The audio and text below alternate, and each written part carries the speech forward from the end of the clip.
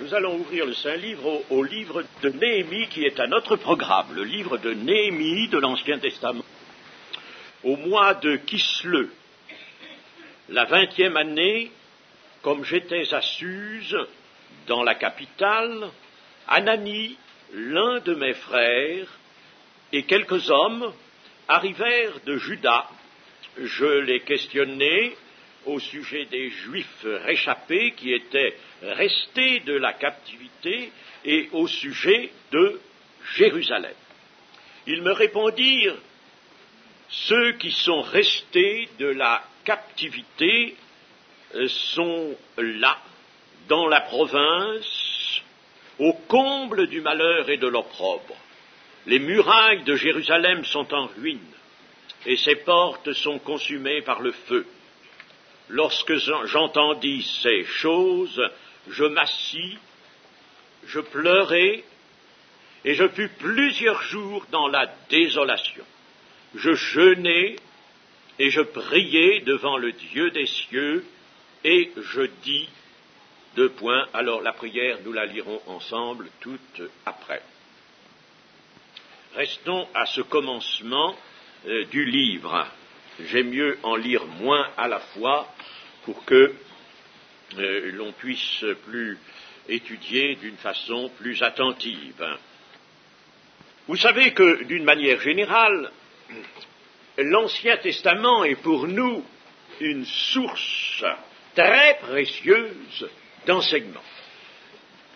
C'est l'enseignement de Dieu, de l'Esprit de Dieu, qui nous est destiné, car l'Épître aux Corinthiens, la première, dit bien « Ces choses ont été écrites pour notre instruction, à nous qui sommes parvenus à la fin des temps. » Et une source d'enseignement, une source de leçons, nous avons dans l'Ancien Testament, en somme, là, un enseignement dans le mouvement de la vie. Ce qui est arrivé, ce qui leur est arrivé, dit encore l'apôtre Paul, a été écrit pour nous. Donc il y a là un relief de la vie, voyez-vous. Nous voyons la vie, le mouvement de la vie dans l'histoire de ce peuple d'Israël, et tout cela a été écrit sous l'inspiration du Saint-Esprit pour nous, pour l'Église, pour le temps de l'Église.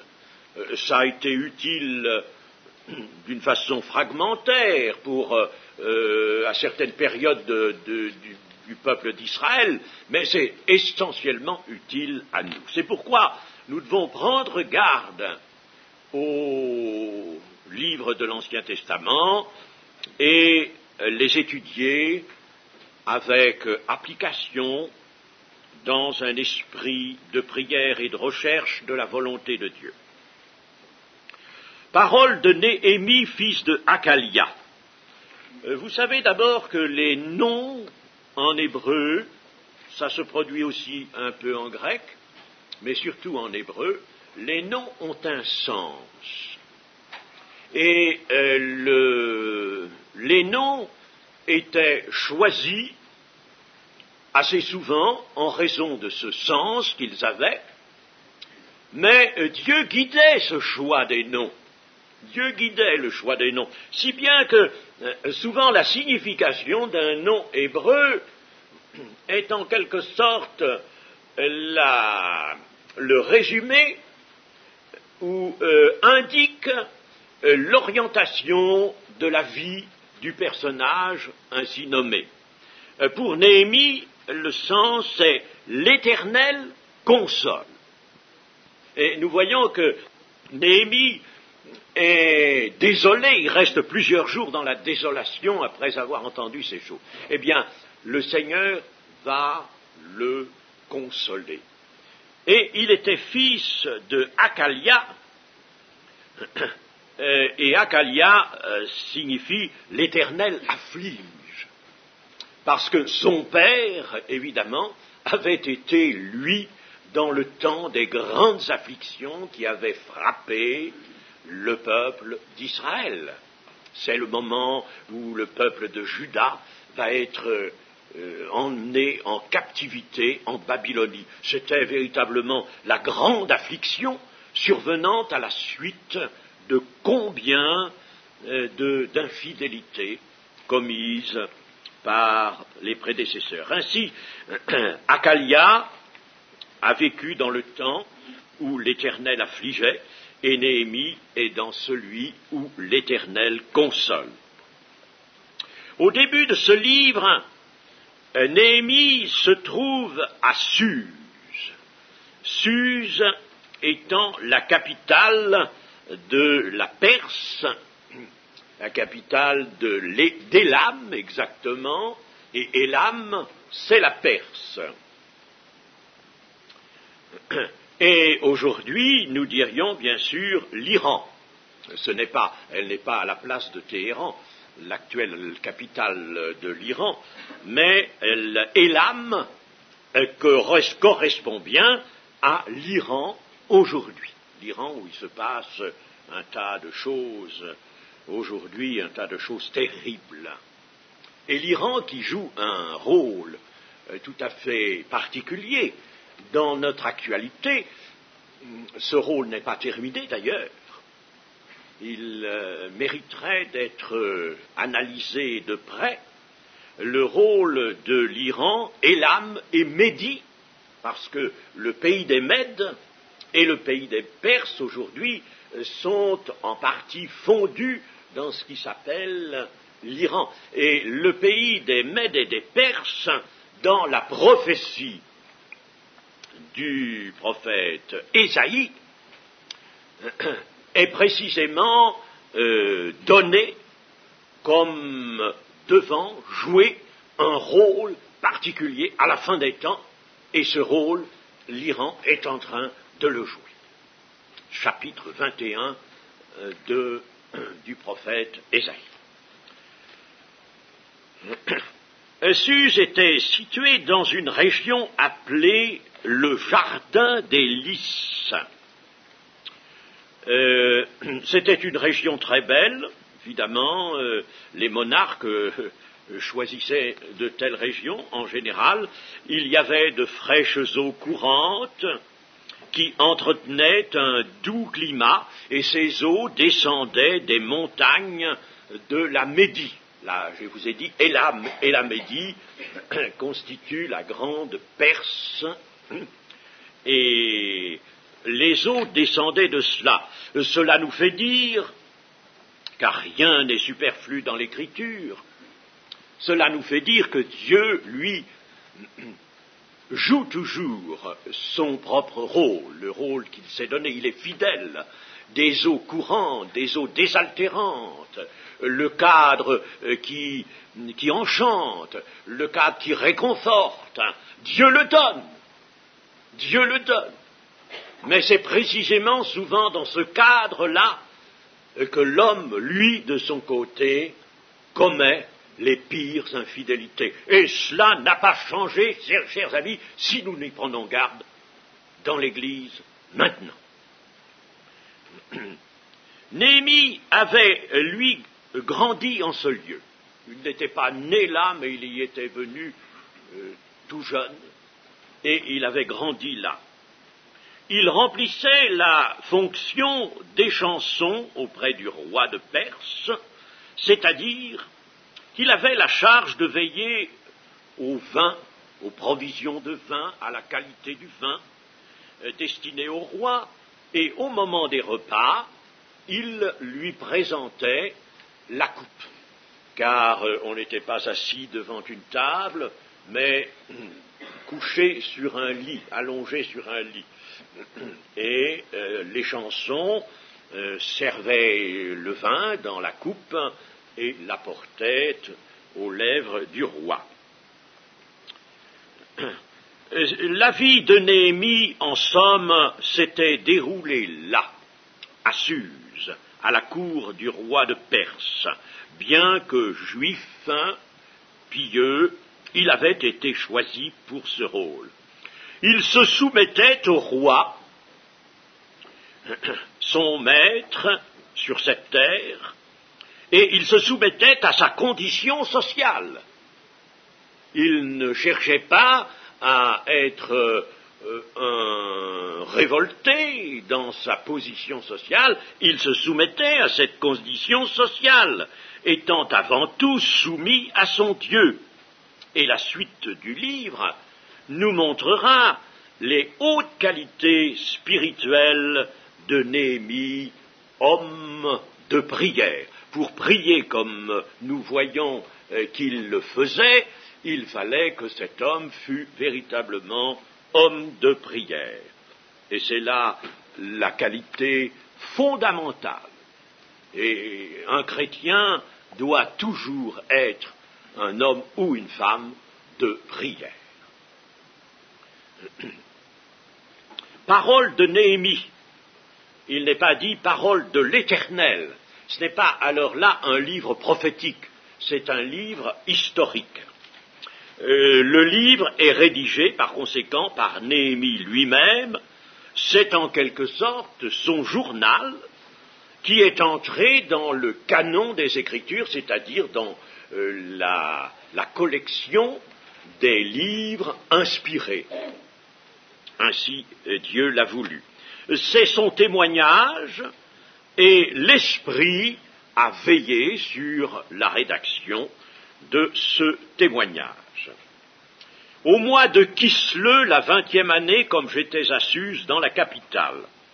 Le mois de Kislev, c'était le 9e mois du calendrier israélite, et ce mois commençait aux environs du 15 novembre de notre calendrier actuel.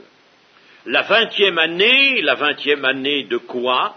La 20e année du roi. C'est ainsi que l'on comptait en ce temps, la 20e année du roi, et le roi était Artaxerxès Longue-Main. Artaxerxès Longue-Main.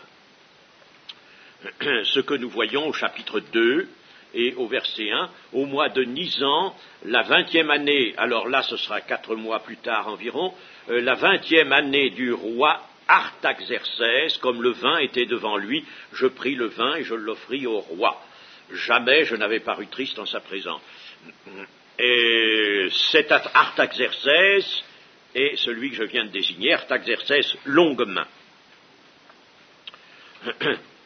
Et cela se situait pour votre gouverne, vous avez certainement lu le livre d'Esdras. Et vous pouviez évidemment vous demander, mais quelle relation y a-t-il? Ça n'apparaît pas tout de suite, cela. Quelle relation y a-t-il entre ce livre d'Esdras et l'histoire qu'il contient, et puis le livre de Néhémie avec la sienne? Eh bien, disons d'abord simplement ceci, c'est que là, il y a 12 à 13 ans d'écart avec l'arrivée d'Esdras à Jérusalem. Donc Néhémie ne vient pas le premier, il vient en second. Esdras était arrivé 12-13 ans auparavant environ. Et Esdras avait, lui, assisté à la reconstruction du temple par Josué, le souverain sacrificateur, et Zorobabel, dont nous parlent les prophètes. Ce sont ces deux hommes qui avaient été chargés par l'Éternel Dieu de reconstruire le temple. Esdras vient là comme un homme fidèle, comme un homme capable d'enseigner, et il vient remettre les choses en bon ordre et rappeler le peuple d'Israël à son devoir. Néhémie vivait dans la pensée du service de Dieu. À quel moment et dans quelles circonstances aura-t-il à entrer dans un service actif? Il est bien serviteur de Dieu, mais il sert pour l'instant d'une façon active le roi Artaxerxès. Mais va-t-il un jour entrer dans un service actif pour Dieu? Cela, il ne le savait pas. Mais il était prêt. Il était prêt Son cœur était prêt. Il se maintenait prêt. Oh, chers amis, c'est une grande leçon, ça. Savez-vous ce que Dieu voudra de vous dans les jours qui viennent, dans les années peut-être qui viennent? Vous ne le savez pas. Vous qui êtes jeunes particulièrement, vous ne savez pas ce que Dieu peut attendre de vous. Il peut attendre que vous restiez tout simplement là où il vous a placé, mais que vous ayez un certain rôle, une certaine fonction à assurer dans l'Église. Quant aux personnes mûres ou plus âgées, eh bien, il en est de même. Elles doivent toujours, en somme tout le monde, jeunes ou moins jeunes, tous les membres du corps de Christ doivent constamment se tenir prêts, non seulement pour le retour du Seigneur, bien sûr, mais aussi pour répondre à un appel de Dieu, pour répondre à une tâche que Dieu aura à nous confier, sans nous emmener tellement au loin, n'est pas nécessaire, mais là où nous sommes, à cet endroit où il nous a placés. Mais il faut être prêt. Ça, c'est une très grande leçon à recueillir. Ce n'est pas à l'homme de provoquer les accomplissements. Les accomplissements, ça, c'est l'affaire de Dieu. C'est Dieu qui est maître, c'est le Seigneur qui est maître de son Église. Et ce n'est pas à nous de faire. Quand l'homme veut faire quelque chose, entreprendre lui-même, il est sûr d'aller à un échec. Il faut que ce soit Dieu. Mais l'homme doit, je le répète, se tenir prêt à tout moment. Et cela, Paul le rappelle à Tite, dans ce livre de Tite, chapitre 3, verset 1er, un conseil pressant que Paul adresse à ce serviteur, Tite, rappelle-leur d'être soumis aux magistrats et aux autorités, d'obéir, d'être prêt à toute bonne œuvre. D'être prêt à toute bonne œuvre. Et bonne œuvre, ça ne veut pas dire à toute petite œuvre de charité, comme dans le christianisme de tradition, on a pu le penser. Être prêt à toute bonne œuvre, être prêt à accomplir une œuvre que Dieu a préparée d'avance pour que nous l'accomplissions. Il faut être prêt. Nous avons déjà vu ça dans le livre des Actes, à la conversion de Saul de Tarse. Ananias, qui était un homme de bonne réputation, un homme fidèle, un homme pieux, un homme qui se tenait dans le respect des commandements de Dieu, donc dans la justice, un jour, Dieu a besoin de lui pour aller vers ce Saul de Tarse, et qui a été couché à terre, et qui est devenu aveugle pour quelques jours. Il a besoin de quelqu'un, et Dieu choisit cet Ananias. Et Ananias lui dit, voilà, tu vas aller. C'était une mission qui était signifiée à cet homme pieux. Pourquoi lui était-elle signifiée? Parce qu'il était prêt, il se tenait prêt. S'il n'avait pas été prêt, Dieu en aurait choisi un autre. Nous avons peut-être un autre exemple à prendre aussi dans le Nouveau Testament. Le Seigneur Jésus, lorsqu'il remonte vers Jérusalem, venant de Jéricho, en vue de Jérusalem, et c'est le grand jour où, justement, le Seigneur doit se présenter dans la cité du grand Dieu, car c'est ainsi que Jérusalem était appelée. Il doit se présenter en roi. Il faut que, en somme, l'on sache que Jésus est roi. Il ne va pas exercer la royauté maintenant, mais il faut que l'on sache cela. Et ce jour est arrivé. Les apôtres n'en savent rien, les disciples n'en savent rien, et leur petite troupe chemine aux côtés du Seigneur. Mais parmi ces 12 et quelques autres, il y en a qui se sont laissés un peu distancer. Ils ont sont arrêtés au bord du chemin, ils ont parlé, ils sont un peu loin du Seigneur. Et le Seigneur, à un moment donné, a besoin de 2 disciples. Alors il ne va pas prendre ceux qui sont là à 200 ou 300 mètres derrière lui. Il ne va pas prendre ceux-là. Il y en a 2 qui sont là, 2 disciples auprès de lui qui ne l'ont pas quitté. Peut-être y en avait-il plus de 2, mais notamment parmi ceux-là qui étaient tout près de lui, il en prend 2 et il leur donne une mission. Allez dans le pays qui est là, allez dans ce pays, Bethphagée, et là, au détour du chemin, vous verrez un petit ânon attaché. Vous allez le détacher et me l'apporter. Et si l'on vous dit quelque chose, vous répondrez, le Seigneur en a besoin. Un point c'est tout, une parole, une seule, pas 2, pas 3, cette parole, le Seigneur en a besoin, et on vous laissera aller. On ne vous dira rien, vous laissera aller, tout est préparé d'avance. L'œuvre, cette œuvre-là, elle est petite, cette œuvre. Allez détacher un ânon. N'importe qui l'aurait fait, moi je l'aurais fait, n'est-ce pas? Et vous l'auriez fait aussi, n'est-ce pas? Mais oui, mais il fallait être prêt. Il fallait être près du Seigneur. Il fallait être là. Et il fallait avoir aussi dans le cœur le sens de la fidélité, le sens du respect de la parole de Dieu. Et rendu auprès du petit ânon là-bas, si le propriétaire de cet animal sort de sa maison et dit « Que faites-vous, vous êtes étranger au village, pourquoi venez-vous prendre mon ânon? Pourquoi le prendre ?» Ils ont répondu « Le Seigneur en a besoin. » Et c'était la parole, la seule parole qu'il importait de dire, qui suffisait. Parce que l'œuvre est préparée d'avance. Chers amis, nous avons tant à apprendre.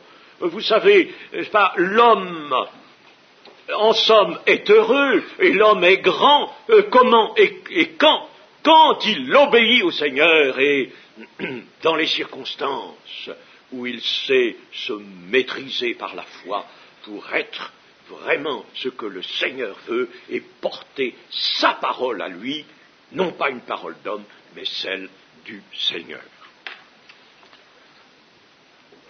Et tout à coup, l'heure arrive, le moment fixé par Dieu survient. Au mois de Kisle, la 20e année du roi Artaxerxès, le moment arrive. Le moment arrive.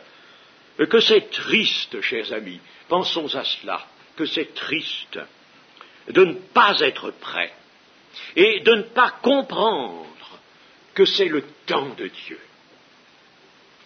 Chers amis, vous avez plusieurs années, pour beaucoup, plusieurs années de foi, de vie chrétienne, depuis votre conversion, depuis votre nouvelle naissance.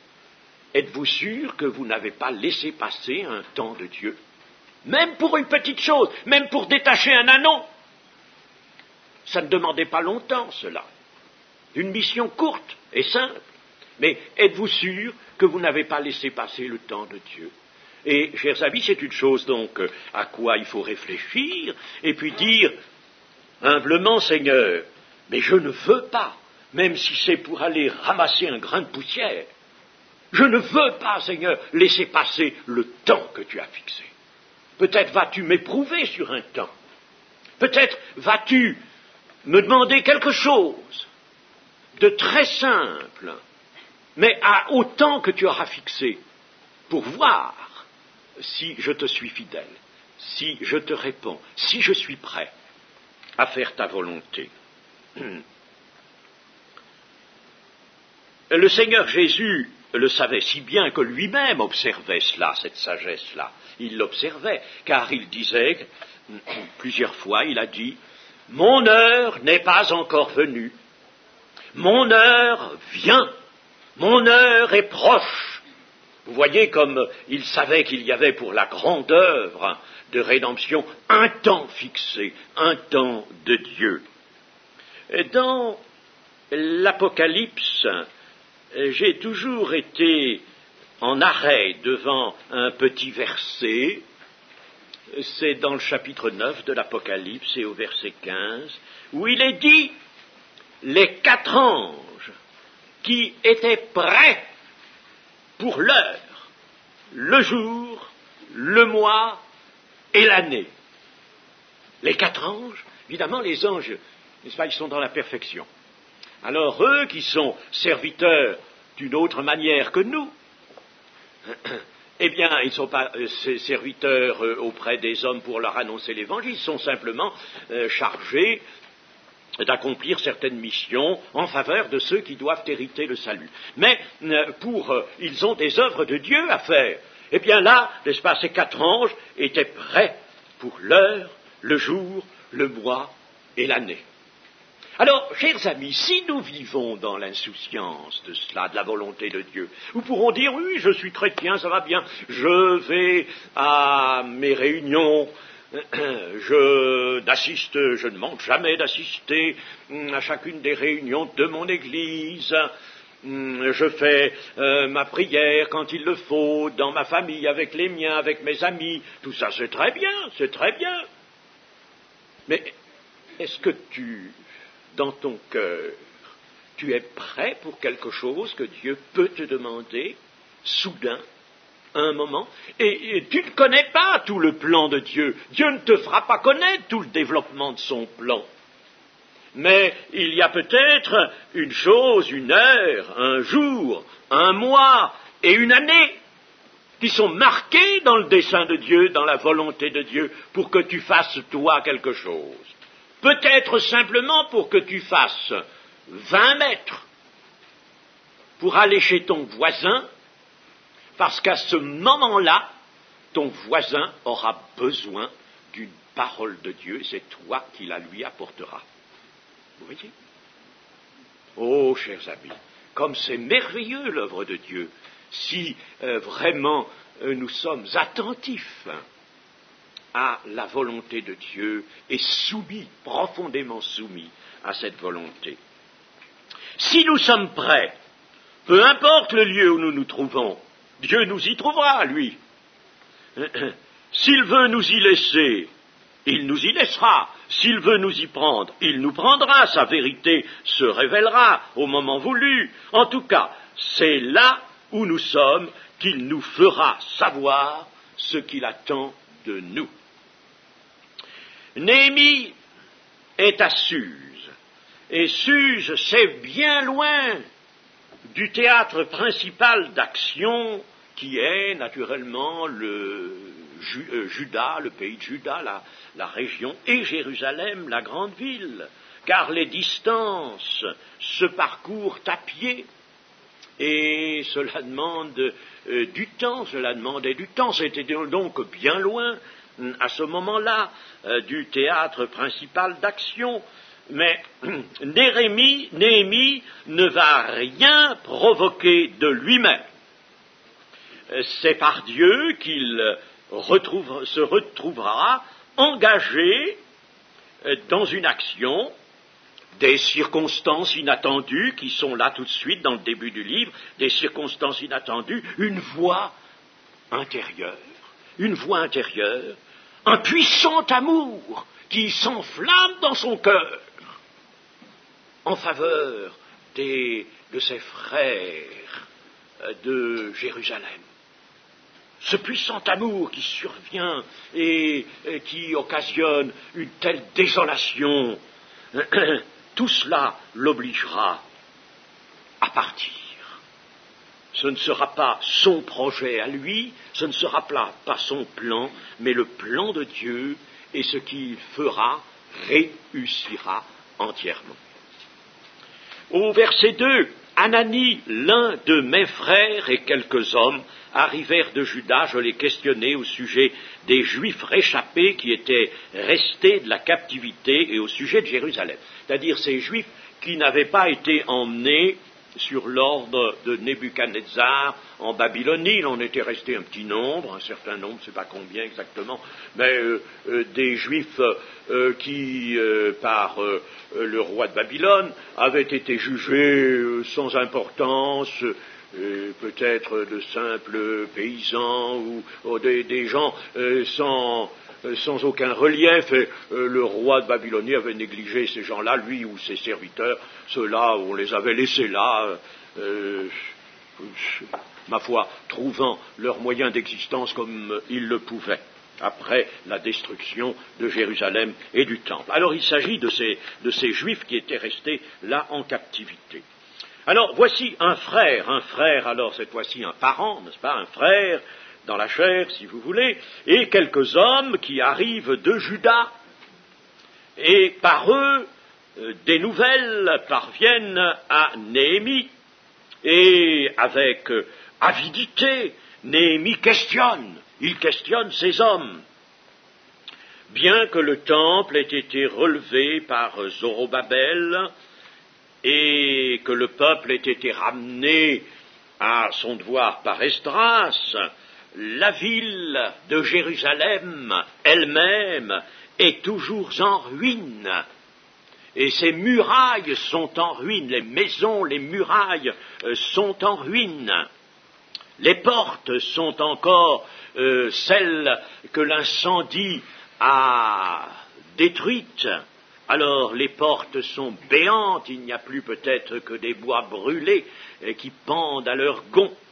Voilà bien ce qui touche particulièrement cet homme, Néhémie. Il est touché de cela. Les murailles, les villes, il voit ces portes ouvertes, béantes. Et alors, c'est là la tâche que Dieu lui destine. Il le ressent. C'est la tâche que Dieu lui destine. Opprobre, malheur, telle est la situation de ces Juifs qui sont en Juda. Jérusalem, la ville de Dieu, cité du sacrifice et cité de la paix, comme les psaumes nous l'apprennent,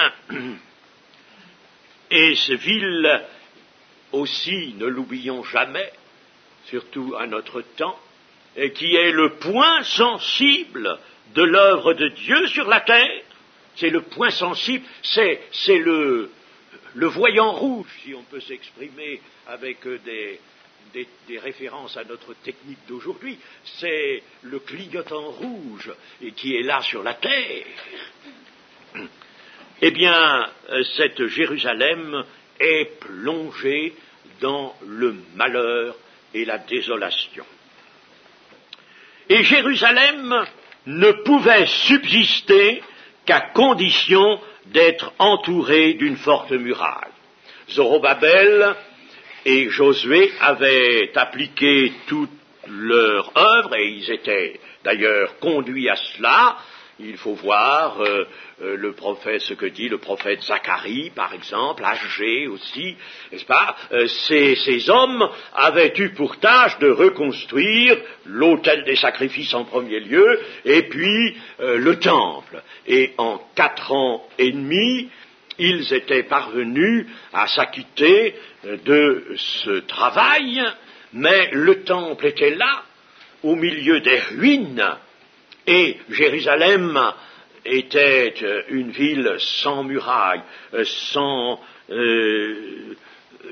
délimitation, et n'importe qui pouvait pénétrer, n'importe quand, n'importe comment, le jour du sabbat même, des animaux pouvaient y venir. C'était une ville ouverte, mais ouverte par suite d'un désastre. Et cette ville ne pouvait subsister que entourée d'une forte muraille. Et cela amène une pensée pour nous. Nous pouvons dire que l'Église, aujourd'hui, l'Église qui a toute notre attention, c'est l'Église de Jésus-Christ. Quelle qu'elle soit, et quelles que soient ses difficultés, ou même ses malheurs, ou encore ses épreuves, l'Église est chère à notre cœur. l'Église parce qu'elle est l'Église de Jésus-Christ. Eh bien, cette Église ne peut subsister, chers amis, que si elle est séparée, elle aussi, du monde, si elle est entourée des murailles. J'entends cela, bien sûr, en dehors de tout sens matériel. Il faut qu'elle soit séparée du monde en ce qui concerne ses aspirations, en ce qui concerne ses pensées, en ce qui concerne son attachement au commandement du Seigneur. Et ce n'est pas le monde qui a le droit d'intervenir, même en s'infiltrant dans l'Église, dans le respect, dans l'observation des commandements du Seigneur. Celui qui m'aime garde mes commandements, dit le Seigneur Jésus. C'est bien le Seigneur Jésus qui dit cela. Et laisser l'Église, le monde, infiltrer une libre communication. Les murailles sont en ruine. Une libre communication du monde vers l'Église. Alors, le monde venant, et puis disant à l'Église, mais tu vois, regarde, j'ai des méthodes, j'ai des techniques, j'ai des moyens, j'ai un tas de choses à te montrer, et même, si tu veux, à te céder. Si tu veux des techniciens, si tu veux des gens qui te guident et qui t'aident, mais j'en ai, je te les enverrai. Nous verrons dans la suite du livre que ce n'est pas autre chose que cela, que les ennemis du peuple juif, les ennemis du peuple de Dieu offriront à Néhémie qui refusera. Ah, si tu veux de ces gens, moi j'en ai. Dans nos études, l'une de nos études du mois d'août, j'ai montré que rien, vous entendez, dans l'Église, ne peut être fait à la satisfaction de Dieu que par des hommes ou des femmes nés de nouveau. Nés de nouveau. Même si c'est pour tenir le balai. Et depuis que j'ai dit cela, je ne me rappelle plus où, j'ai fait une lecture entre-temps, là, pendant les 10 jours que j'ai passés chez moi. Je ne sais plus où, j'ai fait une lecture, et j'ai trouvé justement un auteur qui disait la même chose. Et c'est lui qui disait d'ailleurs cela, même si c'est pour balayer la salle. Et il avait raison, et il a raison. Et nous avons raison de dire, parce que c'est l'Écriture qui nous pousse à le dire, c'est le Saint-Esprit qui nous pousse à voir les choses ainsi, chers amis, dans l'Église, tout doit être fait par des gens qui sont dans le corps de Christ, qui forment l'Église. Et l'aide extérieure, convertissez-vous d'abord. L'Église, vis-à-vis du monde, exerce la miséricorde, la grande miséricorde de Dieu. Mais pourquoi faire? Pour accepter du monde quoi? Pour accepter du monde sa repentance. L'inviter à se repentir, à se convertir au Seigneur. Voilà ce qu'il y a à faire vis-à-vis du monde. Mais quant à prendre ces techniciens, ces conseillers, ces méthodes, ces trucs et toutes sortes d'instruments, non. Je dis non. Ça ne plaira jamais à Dieu. Les murailles, aujourd'hui, hélas, sont en ruine. Et il faut qu'une œuvre, comme celle que nous allons voir accomplir à Néhémie, se fasse. Il faut qu'on relève ces murailles, la séparation de l'Église d'avec le monde. Non pas une séparation pour mépriser le monde, pas du tout, au contraire, pour l'aimer. Car jamais Jérusalem n'a été mandée par Dieu pour exercer une action favorable au monde d'alentour que lorsqu'elle a été dans le respect des ordonnances et des commandements de son Dieu. Lorsqu'elle a été dans cette Jérusalem entourée de murs, lorsque cette Jérusalem fermait ses portes le jour du sabbat, c'était alors que le peuple d'Israël pouvait parler au monde et pouvait montrer au monde cette grande sagesse qui édifiait le monde. Si l'Église elle-même laisse ses murailles en ruine, et si elle n'est plus séparée du monde, elle ne peut rien, vous entendez, pour le bonheur du monde. Ce que l'Église peut pour le bonheur du monde, c'est lui apporter le salut, c'est tout. Et c'est beaucoup le salut. Comme celle du peuple juif, l'histoire de l'Église se compose de chutes et de relèvements. Quand je parle de l'histoire de l'Église, je parle de l'histoire véritable, qu'il faut prendre dans certains ouvrages et non pas dans les livres officiels de l'histoire de l'Église qui sont remplis de choses imaginées et de mensonges. Mais il y a certains ouvrages qui nous rapportent aussi fidèlement que cela a pu se faire, et ces ouvrages sont dus à des auteurs chrétiens qui nous rapportent l'histoire de l'Église, et nous voyons bien qu'il y a eu en effet des chutes, des tribulations. Nous avons étudié en juillet et en août les 7 lettres de l'Apocalypse, et j'ai signalé à cette occasion que des églises, et c'était celles essentiellement qui avaient laissé pénétrer en leur sein la fausse prophétesse, par exemple, ou des fausses doctrines qui n'avaient pas réagi, eh bien, c'était celles-là qui avaient disparu. On a beau chercher dans l'histoire, remonter les siècles, on n'en trouve plus trace. Mais, par contre, Pergame, elle avait subsisté. Elle a subsisté.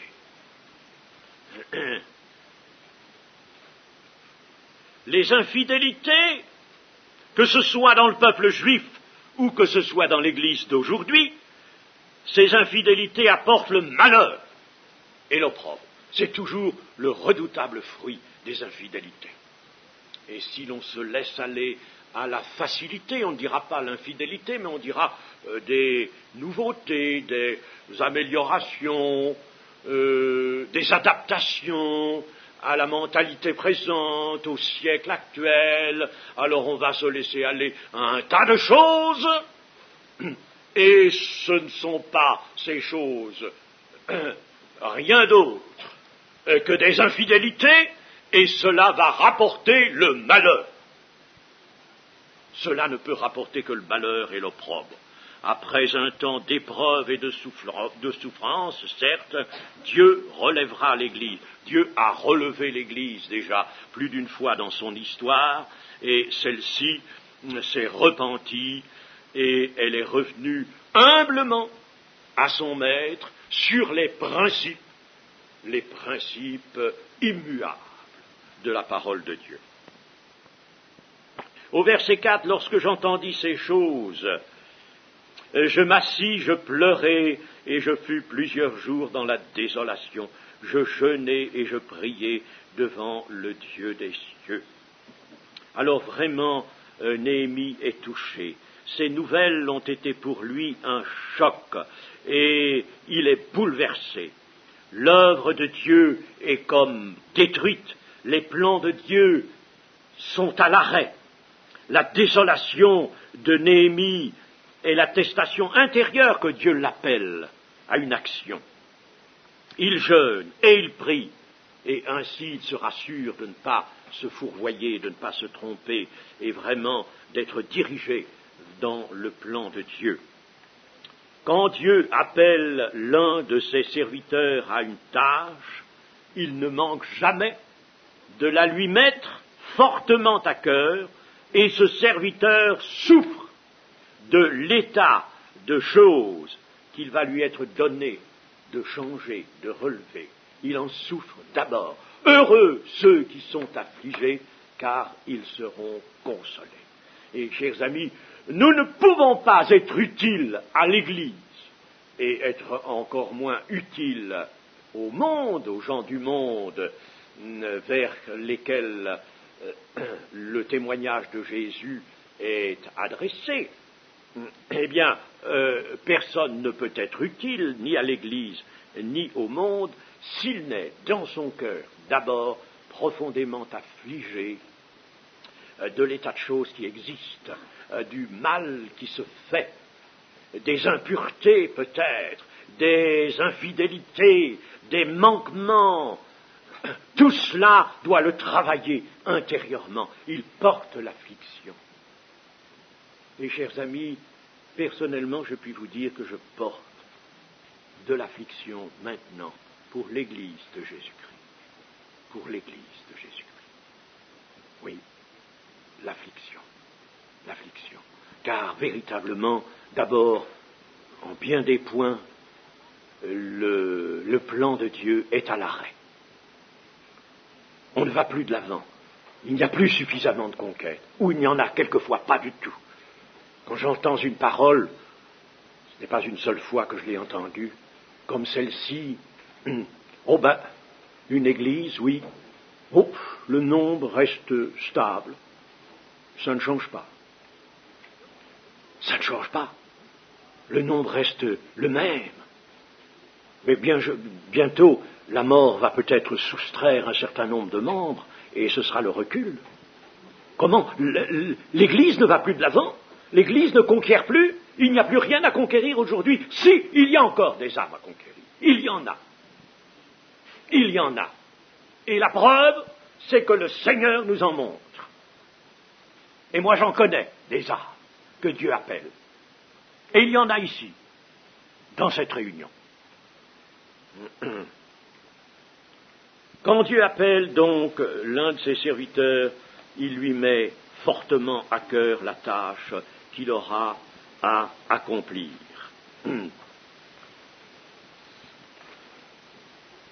L'endurcissement des cœurs, l'affaiblissement de la foi, tout cela doit être pour nous une cause d'affliction. J'aimerais vous relire dans le psaume 119, le verset 136 d'abord. Mes yeux répandent des torrents d'eau parce qu'on n'observe point ta loi. Chers amis, est-ce que nos yeux répandent des torrents d'eau quand on voit, non seulement qu'on n'observe pas, parce qu'il peut y avoir, bien sûr, dans l'Église, et il y aura toujours des chutes, des manquements, du péché, on en constatera toujours. L'Église, il ne faut pas l'oublier, dans un certain rapport, est un champ de lutte, de bataille. Mais ce qui est terrible, et ce qui devrait nous faire verser des torrents d'eau, c'est que on admet, on commence à admettre, on admet plus largement certaines retouches, certaines suppressions même à la parole de Dieu, chers amis, certaines suppressions. Ça, c'est une cause terrible d'affliction. Nous sommes vraiment dans les temps de la fin. Et au verset 158, je vois avec dégoût des traîtres qui n'observent pas ta parole. Je vois avec dégoût des traîtres qui n'observent pas ta parole. Chers amis, ça n'est plus bon tout cela? Ça n'est pas la parole de Dieu qui nous guide vers cette attitude-là?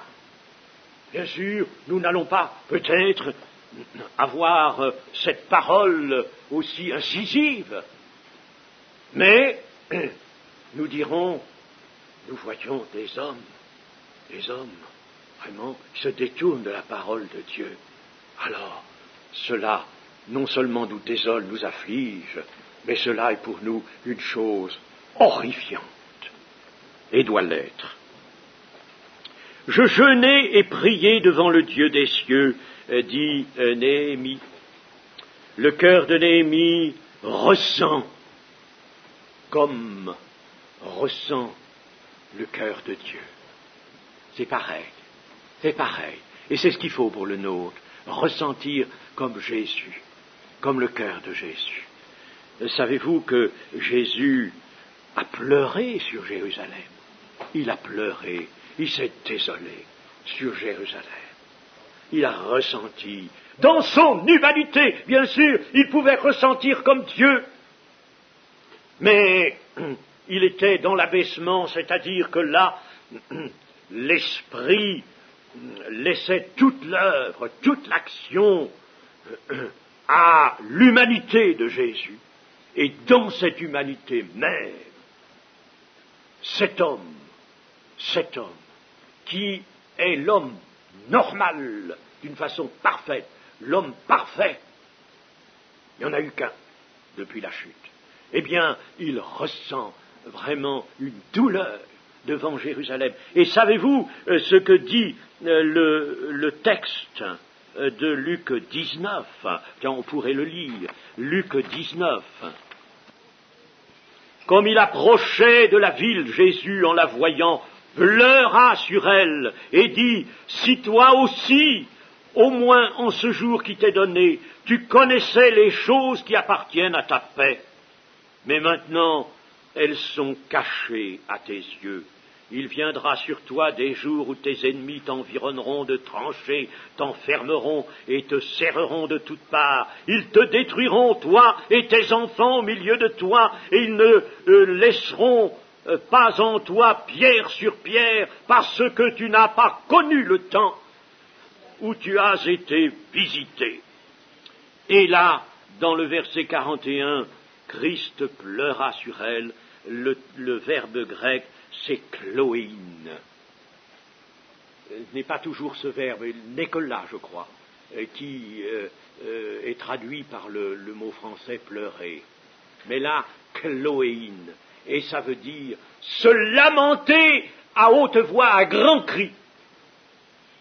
Et je vois Jésus devant Jérusalem, là, il est resté un temps seul.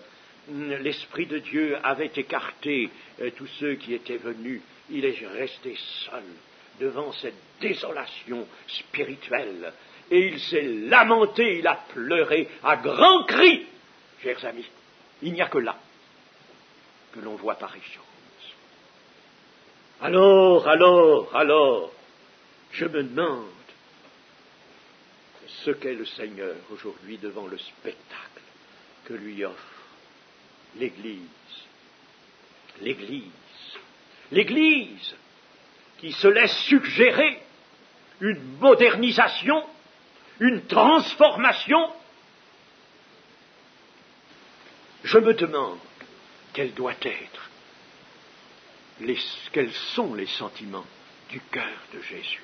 Et si encore Jésus se lamente à grand prix, bien sûr, il n'est plus dans cette humanité qui est dans son temps de souffrance, mais il attend certainement de son corps, qui est l'Église, que l'on se lamente aussi de ce que l'on voit et de ce qui n'est pas droit, de ce qui n'est pas selon la parole de Dieu, ou de ce qui intercepte quoi que ce soit, le plus petit mot, pas même, le plus petit iota, le plus petit trait de lettre de la parole de Dieu.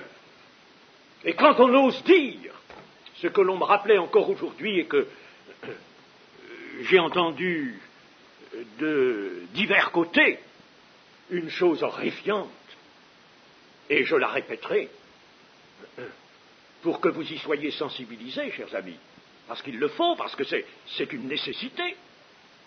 Quand on dit, par exemple, ceci, si une chose est dite une seule fois dans la parole de Dieu, il ne faut pas y prendre garde. Oui, ces choses que l'on dit et que j'ai entendues de maintes parts, car je voyage. Et c'est un des mauvais courants qui parcourt l'Église. Si une chose est dite une seule fois, il ne faut pas la prendre en considération. Et c'est notamment dans cet ordre de choses, notamment ce que dit le chapitre 11 de 1 Corinthiens sur la tenue des sœurs.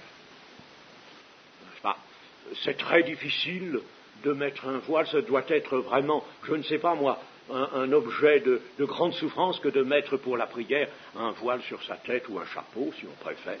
Non, pour les sœurs. Mes chers amis, si le Seigneur nous demande cette chose si simple, alors on ne veut pas, on s'insurge même contre cela. Ah, ici, vous savez, tout en étant heureux, nous sentant libres nous sentant vraiment détendus et nous aimant les uns les autres dans la liberté, eh bien, nous désirons simplement obéir et réagir en obéissant. Et quand vous viendrez à la prière, quand vous viendrez au culte, vous mettrez quelque chose sur la tête, à cause des anges, chères sœurs, et vous n'en serez pas, je vous assure, accablés pour ça. N'est-ce pas ? C'est presque ridicule de parler d'une chose difficile, accablante, que de se couvrir la tête, par exemple. Alors, chers amis, il y a d'autres choses aussi qui sont visées. Alors, on commence à faire des coupes dans la parole de Dieu. Alors là, je dis non. Véritablement, il y a quelque chose qui ne va pas. Et Dieu rassemble ses fidèles de cœur, pour lutter contre cela. Cette affliction pousse donc Néhémie à jeûner, à prier, et nous pouvons dire que tous les vrais auxiliaires de Dieu ont prié. Daniel, dans son chapitre 9, a prié, Esdras a prié, Esther, au chapitre 4 du livre, a prié instamment aussi. Et il est bon de voir comment ces grands auxiliaires de Dieu ont prié. Nous ne verrons de la prière de Néhémie, à Dieu, que le verset 5 que nous allons lire, et nous terminerons sur ce verset.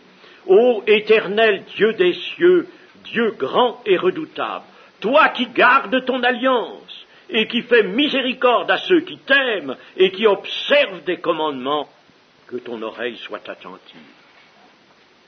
Mais vous voyez ici, ô Éternel Dieu des cieux, Dieu grand et redoutable. Et je pose la question, Dieu a-t-il changé ? Nous disons volontiers que Jésus est le même hier, aujourd'hui, éternellement. Cela, quand nous envisageons les bénédictions, les actions grandes et miraculeuses qui nous sont favorables, alors, alléluia, Dieu est le même hier, aujourd'hui et éternellement. C'est vrai, mais pour le respect de ses commandements, il est le même. Pour ce qu'il nous demande, il est le même, hier, aujourd'hui et éternellement. Il n'a pas changé, il ne peut pas changer, il est le Dieu grand et redoutable. Et même si nous allons à l'encontre de sa parole, il sera un juge terrible, c'est l'Épître aux Hébreux qui le dit. La prière de Néhémie, sur laquelle donc nous nous pencherons lundi, Dieu voulant, est une prière qui est devenue parole de Dieu. Comme il en est des autres prières, comme il en est aussi des psaumes qui contiennent beaucoup de prières de Dieu, ils sont devenus paroles de Dieu. Et Dieu est d'abord désigné. Il est désigné par son nom, Yahvé, ô Éternel, c'est Yahvé. 6000 fois dans l'Ancien Testament, environ 6000 fois Yahvé. Son nom est Yahvé. Puis par des qualificatifs qui sont particulièrement à considérer quant à l'objet de cette prière. Dieu grand et redoutable, dont la justice est inviolable et ne peut fléchir. Mais toi qui peux tout, tu es le Dieu dont la justice est inviolable. Et, chers amis, faire quelque chose, porter atteinte à la parole de Dieu, c'est toucher, porter atteinte à la justice inviolable de Dieu. Vous voyez que c'est grave. Vous voyez que c'est grave. Même s'il s'agit d'une petite chose, qu'on pourrait presque se dire, en somme, insignifiante, que de mettre un petit signe sur la tête, un signe, pour les sœurs, ou pour autre chose, pour d'autres choses, d'être fidèle dans les petites choses. Mais si l'on n'est pas fidèle dans les petites choses, alors que ce sont les commandements de Dieu qui nous les demandent, ces choses, eh bien, chers amis, alors là, nous nous dressons contre un Dieu grand et redoutable. Toi qui gardes ton alliance, c'est-à-dire toi qui es le Dieu fidèle, qui ne peut pas se renier, dit le Nouveau Testament, qui ne peut pas se renier, sur qui toute créature peut compter. Là réside le seul grand espoir des hommes, la fidélité de Dieu. C'est là que réside notre espoir. Parce que Dieu a promis, Dieu a annoncé, Dieu ne peut pas se renier. Alors, sur sa fidélité, l'Écriture nous montre, là, nous pouvons compter. Et c'est là que notre espérance prend tout son appui sur la fidélité de Dieu. Tu as châtié, mais quand tu as châtié, tu n'en étais pas moins fidèle. Toi qui fais miséricorde, toi qui fais miséricorde à ceux qui t'aiment et qui observent tes commandements. Alors la miséricorde, chers amis, si nous sommes fidèles d'esprit, de cœur et dans toute notre conduite, si nous sommes vraiment fidèles, la miséricorde de Dieu va s'exercer sur nous, et c'est déjà exercé, merci Seigneur, elle va s'exercer sur nous au-delà de tout ce que nous pouvons imaginer et penser. Car cette miséricorde est infinie, comme tout ce qui est de Dieu, est infinie, illimitée, et Dieu a des ressources de miséricorde que nous ne pouvons pas imaginer. Moi, j'en ai vu dans la vie, et bien des frères, des sœurs en ont vu de ces manifestations de la miséricorde infinie de Dieu. C'est souvent quelque chose qui nous confond. Dieu veut nous confondre, je le disais ce matin, par la grandeur de son amour. Par la grandeur de son amour. Et alors, nous tâtillions, nous discuterions quelque chose à ce Dieu si grand, à ce Dieu miséricordieux, nous lui dirons, Seigneur, quand tu me demandes cela, je ne suis pas d'accord. C'est écrit qu'une fois dans ta parole, ça ne me suffit pas. Qu'est-ce que c'est que cela, chers amis? Qu'est-ce que c'est qu'un tel langage? Qu'est-ce que c'est qu'une telle attitude? Et d'autres, peut-être à l'avenant, la fidélité de cœur, fidélité entière, car le Dieu est tout-puissant, il est grand, il est miséricordieux, et c'est lui qui nous fait vivre, et c'est lui qui va nous faire vivre éternellement. Amen.